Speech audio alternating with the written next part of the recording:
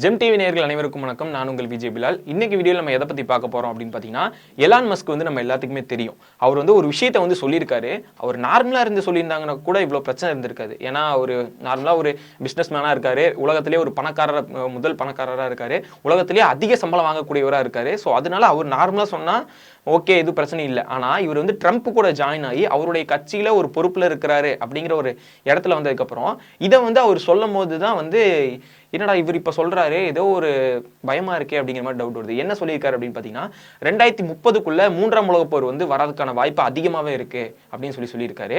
அதுதான் வந்து இப்போ எல்லாருமே வந்து இவர் வந்து இப்போ சொல்கிறத நினச்சா ஒரு மாதிரி பயமாக இருக்குது. ஏன்னா ட்ரம்ப்புடைய ஆட்சிக்குள்ளே போனதுக்கப்புறம் இவர் சொல்கிறாரு, இதுக்கு முன்னால் அவர் இதை பற்றிலாம் பேசினதே இல்லையே அப்படிங்கிற மாதிரி ஒரு சர்ச்சைக்கு வந்து வெளியே வந்திருக்கு.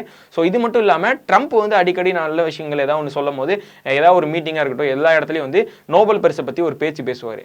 அந்த மாதிரி இந்தியாவை இப்போ கம்பேர் பண்ணி இன்னொரு விஷயத்தையுமே வந்து பேசி வச்சிருக்காரு. ஸோ அது என்னெல்லாம் பேசியிருக்காங்க, என்னென்ன நடந்திருக்கு அப்படிங்கிறது எல்லாமே இந்த வீடியோவில் நம்ம டீட்டெயில்ஸாக பார்க்கலாம்.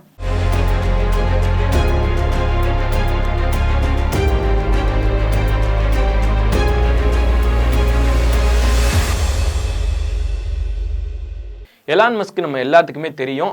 டெஸ்லா நிறுவனமாக இருக்கட்டும், அவர் சொன்னாலே எது நமக்கு ஃபர்ஸ்ட் ஞாபகம் வரும் அப்படின்னு பார்த்தீங்கன்னா டெஸ்லா நிறுவனம் வரும். அதுக்கப்புறம் ரோபோட்ஸு, அவர் ஒரு கண்டுபிடிப்பு, இந்த உலகத்துடைய முதல் பணக்காரர், அந்த மாதிரி நிறைய விஷயங்கள் வந்து ஞாபகத்துக்கு வரும். அவர் வந்து ரொம்ப நாளாக வந்து கொஞ்ச நாளைக்கு முன்னாடி ட்ரம்ப்புக்கும் அவருக்கும் சண்டை மாதிரி போயிட்டு இருந்துச்சு. இப்போ என்ன பண்ணிட்டார் அப்படின்னா, திரும்ப உள்ள இணைஞ்சிட்டார். நம்ம கமல் சார் மாதிரி திரும்ப வந்து உள்ள இணைஞ்சிட்டார். அதே கான்செப்ட் தான் இங்கேயும், அதனால சொன்னேன். அந்த மாதிரி உள்ள இணைஞ்சிட்டார். இணைஞ்சதுக்கு அப்புறமா என்ன அப்படின்னு பார்த்தீங்கன்னா, இது அதாவது கட்சிக்குள்ள இருக்கார். இப்போ ட்ரம்ப்புடைய ஆட்சியில் அதாவது ஒரு பொறுப்புல வந்து இருக்காரு. ஸோ இந்த இடத்துல இவர் ஒரு தகவலை வந்து வெளியே சொல்லியிருக்காரு. என்ன அப்படின்னு பார்த்தீங்கன்னா, வர 2030க்குள்ள உலக 3வது போர் வந்து ஆரம்பிக்கிறதுக்கான வாய்ப்புகள் அதிகமாகவே இருக்கு அப்படின்னு சொல்லியிருக்காரு. அவர் இது வந்து சொன்னது வந்து ஒரு கணிப்பில் சொல்லியிருக்காரா இல்லை எப்படி சொல்லியிருக்காரு அப்படின்னு தெரியல. அதாவது இவ்வளோ வருஷமா நடந்த போர்களில் நிறைய நாட்டுக்கு வந்து உக்ரைன் ரஷ்யா போராக இருக்கட்டும், காசா இஸ்ரேல் போராக இருக்கட்டும், இப்போ சுடானில் நடந்துட்டு இருக்கிற பிரச்சனையாக இருக்கட்டும், இந்த மாதிரி நீங்கள் உலகத்தில் எந்த இடத்துல கை வச்சு காமிச்சாலும் அந்த இடத்துல ஒரு போர் நடந்துகிட்டே இருக்கும் அப்படிங்கிற மாதிரி தான் இருக்குது. அந்த மாதிரி 4 மூலையிலையும் 4 வகையான போர்கள் வந்து நடந்துட்டு இருக்குமோ இந்த சமயத்தில் அவர் வந்து என்ன சொல்லியிருக்காரு அப்படின்னு பார்த்தீங்கன்னா, இப்போ வந்து 2026 வரப்போகுது, இன்னும் 4 வருஷத்துக்குள்ள வந்து ஒரு உலகப்போர் வரப்போகுது அப்படிங்கிற மாதிரி வந்து சொல்லியிருக்காரு. ஏன்னா ட்ரம்ப் வந்து ஆட்சிக்கு வந்து கரெக்டாக ஒரு வருஷத்துக்கிட்ட வந்துருச்சு, இன்னும் 4 வருஷம் இருக்கு. அது மட்டும் இல்லாமல் இதுக்கடுத்து தொடர்ந்து அவர் தான் வருவாரா அப்படிங்கிறது ஒரு டவுட்டாகவே இருக்கு. ஸோ இந்த நிலையில வந்துட்டு இவர் இந்த மாதிரி சொல்லும் போது 2030க்குள்ளனா அவர் ட்ரம்ப் ஆட்சி முடிகிற டைமா என்ன, இவர் சொல்றதுல ஏதோ ஒரு அடிப்படுற மாதிரி இருக்கு அப்படிங்கிற கேள்வி எல்லாத்துக்கும் எழும்பி இருக்கு. இது மட்டும் இல்லாமல் இந்த 2030க்குள்ள வரலைன்னா இன்னும் மேக்சிமம் ஒரு 10 வருஷத்துல வந்து 3ஆம் உலக போர் கண்டிப்பாக வந்தே தீரும். இது வந்து இதுவரைக்கும் சந்திக்காத ஒரு மிகப்பெரிய போர் வந்து நடக்கிறதுக்கான வாய்ப்புகள் இருக்கு அப்படின்னு சொல்லியிருக்காரு. இந்த நிறைய நம்ம ப்ரெடிக்ட் பண்ணி சொல்றவங்களா இருப்பாங்கல்ல, பாபா வங்கா அந்த மாதிரிலாம் நிறைய பேர் சொல்லுவாங்க. அந்த மாதிரி இவர் ப்ரெடிக்ட் பண்ண ஆரம்பிச்சிட்டாங்களா அப்படிங்கிற மாதிரி நிறைய ட்ரோல் சம்பந்தமான விஷயங்கள்லாம் வந்து இதுக்கு போயிட்டு இருக்கு. ஸோ இந்த விஷயம் வந்து பரபரப்பாக பேசப்பட்டு இருக்கு. ஏன்னா இவர் இந்த ட்ரம்ப் உடைய கட்சிக்குள்ள நுழைஞ்சதுக்கு அப்புறமா. 2வது விஷயம் என்ன அப்படின்னு பார்த்தீங்கன்னா, ட்ரம்ப் வந்து எல்லா இடத்துலையுமே போயிட்டு அவரை வந்து பெருமையாக பேசிக்கிறதா இருக்கட்டும், அவர் செஞ்ச நல்ல விஷயங்களை வந்து பெருமையாக சொல்றதா இருக்கட்டும், நான் இப்படிலாம் பண்ணியிருக்கேன் ஆனால் யாரும் என்னை வந்து அப்ரிஷியேட் பண்ணதில்லை, இந்த மாதிரிலாம் சொன்னதில்லை அப்படிங்கிற மாதிரிலாம் சொல்லுவார்.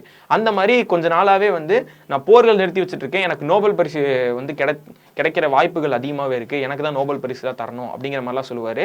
இப்போ கூட ரீசெண்ட் டைமில் கொடுத்த, அதாவது பத்திரிகைகள் சந்திச்ச இடத்துல என்ன சொல்லியிருக்காரு அப்படின்னா, நான் வந்து கிட்டத்தட்ட ஒரு 8 போர்களை வந்து நிப்பாட்டி வச்சிருக்கேன், 8 போர்களை வந்து நிறுத்தியிருக்கேன், எனக்கு வந்து 8 விதமான நோபல் பரிசுகள் வந்து வரணும், ஆனால் எனக்கு வந்து வரவே இல்லை அப்படிங்கிற மாதிரி வந்து சொல்லியிருக்காரு.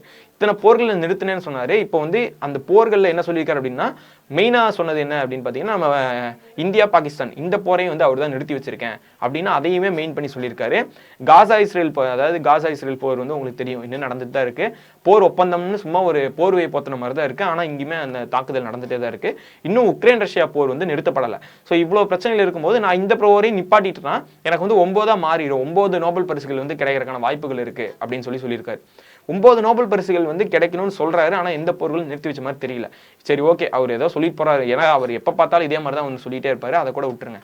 இப்போ என்ன சொல்றாரு அப்படின்னு பார்த்தீங்கன்னா, எனக்கு வந்து இந்த பாராட்டுகளாக இருக்கட்டும், அதுக்கப்புறம் தற்பெருமை பண்ணுறதா இருக்கட்டும், இதெல்லாம் எனக்கு பிடிக்காது. நான் வந்து இதுக்கு ஆசைப்படலை, பேராசைப்படலை. நான் வந்து சொல்கிறேன், நான் காமனாக வந்து சொல்கிறேன், இந்த மாதிரி நான் இவ்வளோ பண்ணியிருக்கேன் அப்படின்னு சொல்கிறேன். ஆனால் நான் வந்து எனக்கு இந்த பேராசை, எனக்கு நோபல் பரிசு தரணும் அப்படிங்கிற பேராசைலாம் எனக்கு இல்லை அப்படிங்கிறதையும் சொல்லியிருக்காரு. இதில் இன்னொரு முக்கியமான விஷயத்தையும் சொல்லியிருக்காரு. என்ன அப்படின்னா, இந்த விஷயங்கள்லாம் வந்து பேசிட்டு அடுத்ததாக என்ன சொல்லியிருக்காரு அப்படின்னு பார்த்தீங்கன்னா, அவருக்கும் இப்போ கொஞ்ச நாளைக்கு முன்னாடி வந்து அவங்க நாட்டுக்குள்ளே வர கப்பலில் வந்து இந்த மாதிரி போதைப் பொருட்கள்லாம் எடுத்துகிட்டு வராங்க அப்படின்னு சொல்லிட்டு அதை தாக்குன விஷயம் வந்து இப்போ கொஞ்ச நாளைக்கு முன்னாடி போயிட்டு இருந்துச்சு. சேட்டலைட் இமேஜ் எல்லாம் நம்ம நியூஸ்ல எல்லாம் பார்த்துருப்போம். ஸோ அந்த விஷயத்தை பற்றியும் பேசியிருக்காரு. என்னன்னா, எங்கள் நாட்டுக்குள்ளே அதிகமாக போதைப் பொருட்கள் வந்து யூஸ் பண்ண ஆரம்பிச்சிட்டாங்க, அதை வந்து கம்மி பண்ணணும். எங்கள் நாட்டில் வந்து அதிகமாக இருக்கிறத நாங்கள் இவ்வளோ நாள் வந்து கடல் வழியாக தாக்கிட்டு இருந்தோம். இனி எங்கள் நாட்டுக்கு உள்ளே வர அந்த போதைப் பொருட்கள் எங்கெல்லாம் தயாரிக்கிறாங்களோ, யாரெல்லாம் கொண்டு வராங்களோ அவங்கள வந்து தரை வழியாகவே நாங்கள் தாக்குதல் நேரடியாகவே நடத்துவோம் அப்படின்னு சொல்லியிருக்காரு. அந்த மாதிரி தரை வழியாக நடத்துகிற தாக்குதல் வந்து எங்களுக்கு நடத்துறது ரொம்ப சுலபம் தான். இந்த வான்வழியாக தாக்குறது, ஒரு மாதிரி கப்பல்களை அழிக்கிறது, இந்த மாதிரி ரொம்ப கஷ்டம்லாம் இல்லை. இந்த தரை வழியாக தாக்குறது வந்து எங்களுக்கு ரொம்பவே சுலபமான விஷயம் தான் அப்படின்னு சொல்லியிருக்காரு. சீக்கிரமே வந்து கண்டிப்பாக நாங்கள் தாக்குதல் ஆரம்பிச்சிருவோம், அதுக்கு நாங்கள் ரெடியாக தான் இருக்கோம் அப்படின்னு சொல்லியிருக்காரு. ஸோ அதாவது நான் ஏன் ஃபர்ஸ்ட் வந்து அவர் எலான் மஸ்க் சொன்னதை சொன்னா, இவர் வந்து இவ்வளோ நாள் போர் வேணாம், போரை நிறுத்தி வைக்கிற ஒரு தலைவர் அப்படின்னு சொல்லி பேர் வாங்கின இவரே ஒரு போருக்குள்ள நுழைய போறாரு அப்படிங்கிற ஒரு பேச்சு வந்திருக்கு.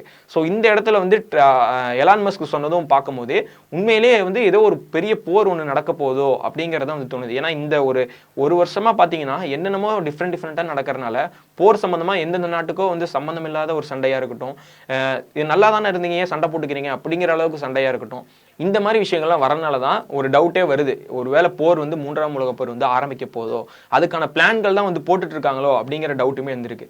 ஸோ உங்களுடைய ஒப்பீனியன் என்ன? அதாவது இவங்கெல்லாம் வந்து இதுக்கு தான் பிளான் போடுறாங்க அப்படின்னு உங்களுக்குமே ஒரு டவுட் வந்திருக்கும். ஸோ அந்த உங்களுக்கு ஒரு மனசுக்குள்ள ஒரு டவுட் வந்துருந்துச்சுன்னா அதையுமே கீழே வந்து கமெண்ட்ஸை சொல்லிட்டு போங்க.